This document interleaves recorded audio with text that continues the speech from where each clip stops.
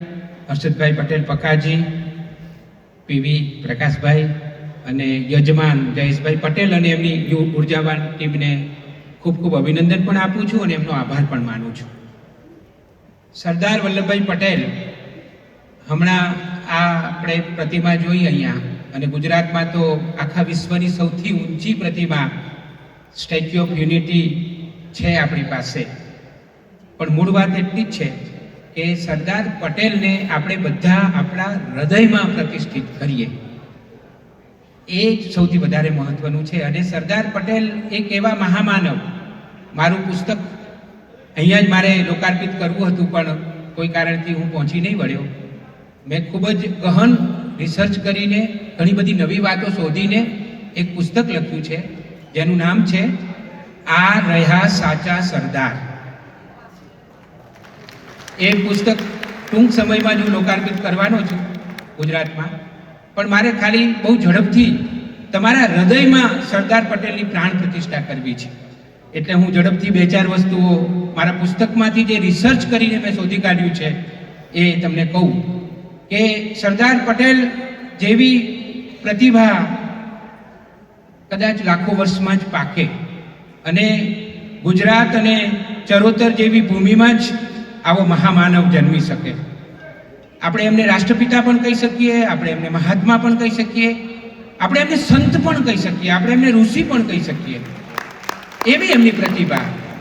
દુઃખ એટલું જ છે, કોણ જાણે કેમ કોઈને કોઈ કારણથી ક્યારે એમનું સાચું મૂલ્યાંકન ન થયું, અને એમના કામના આજની તારીખ સુધીમાં પણ નરેન્દ્રભાઈ એમની જ પંગતે ચાલતા ચાલતા આગળ વધ્યા અને એમણે એક નવું વાતાવરણ ઊભું કર્યું અને એક વિશ્વની સૌથી ઊંચી પ્રતિષ્ઠા મૂકીને થોડુંક સાટું વાળવાનો પ્રયત્ન કર્યો.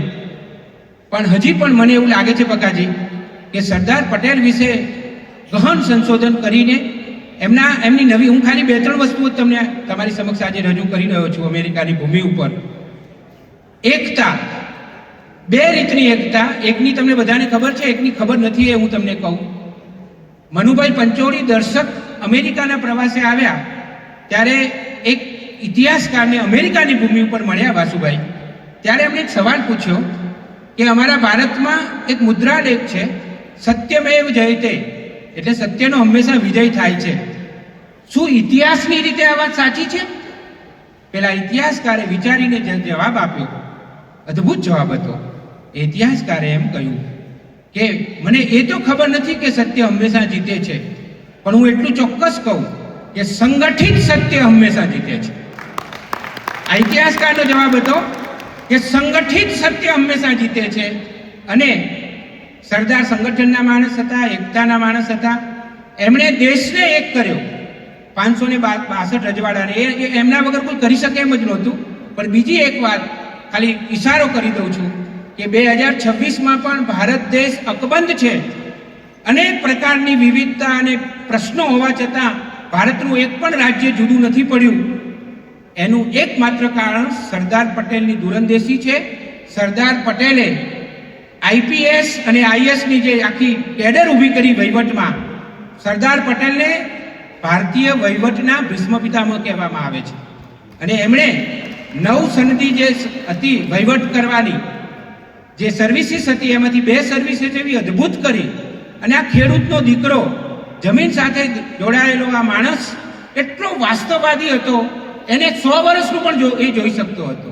એટલે એણે એવી સરસ કરી કે કોઈ પણ રાજ્યમાં 75% આઈએસ અને આઈપીએસ અધિકારીઓ બીજા રાજ્યના હોય, એને કારણે ક્યારેય કોઈ રાજ્યને તકલીફ જ ના પડે. આ સરદારની દૂરંદેશીને કારણે 1947માં ભારત એક થયું, અને હજી પણ અકબંધ છે. એના બંનેના માટે જો કોઈને યશ આપવો હોય તો માત્ર ને માત્ર સરદાર પટેલને આપવો પડે. બીજું, ખાલી એક લીટીમાં, મારી પાસે ટાઈમ ઓછો છે પકાજી, પણ 2 વાત એવી અદ્ભુત કરું છું જે કદાચ તમને કોઈએ નહીં કરી હોય. એક વાત, વિશ્વમાં કોઈ પણ રાષ્ટ્ર ક્યારે પ્રગતિ કરી શકે?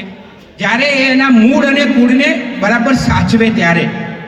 અનફોર્ચ્યુનેટલી ભારતમાં આઝાદી પછી જવાહરલાલ નહેરુ વડાપ્રધાન બન્યા, અને ગાંધીજીની સનાતન ધર્મની વિભાવના જરા જુદી હતી. એને કારણે આપણે સ્વતંત્ર થયા, પણ આપણા મૂળ અને કુળથી છેટા જતા રહ્યા.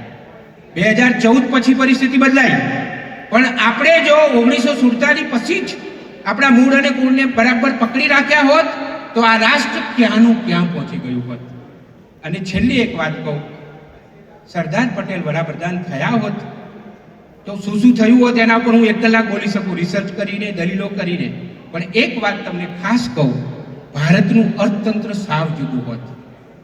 અને 1991માં છે ઉદારીકરણની નીતિ લાગુ પાડી અને પછી આપણે થોડુંક આપણી ગાડી પાટા ઉપર ચડી. સરદારના અર્થતંત્રના વિચારો વિશે રિસર્ચ થયું નથી. જો સરદાર પટેલ વડાપ્રધાન થયા હોત તો અર્થતંત્રનો પાયો એટલો મજબૂત એ પટેલે નાખ્યો હોત કે 1991 ને બદલે 1947 થી જ આપણે આપણું અર્થતંત્ર બરાબર ઉદારીકરણ સાથે લાગુ પડ્યું હોત તો ઘણા અર્થશાસ્ત્રીઓ એવું કહે છે કે આજે જ્યાં અમેરિકા છે ત્યાં ભારત હોત. આ હું નથી કહેતો મિત્રો, ખાલી છેલ્લે 4 પંક્તિ કહીને મારી વાત પૂરી કરું છું. અમિતાભ બચ્ચનના પિતાજી હરિવંશરાય બચ્ચન બહુ જ મોટા ગજાના કવિ હતા. એમણે સરદાર પટેલ વિશે લખેલી કવિતા બહુ જ જાણીતી છે. એમાંથી માત્ર 4 પંક્તિ કહું છું તમને. એનું હેડિંગ છે પટેલ પર સ્વદેશ કો ગુમાન હૈ. હવે 4 લીટી કહું છું. हरेक पक्ष को पटेल तोलता, हरेक भेद को पटेल खोलता, दुराव या छिपाव उसे क्या गरज, दुराव या छिपाव उसे क्या गरज, सदा कठोर नान सत्य बोलता, पटेल हिंद की निडर जवान है, पटेल हिंद की निडर जवान है, पटेल पर स्वदेश को गुमान है. Thank you.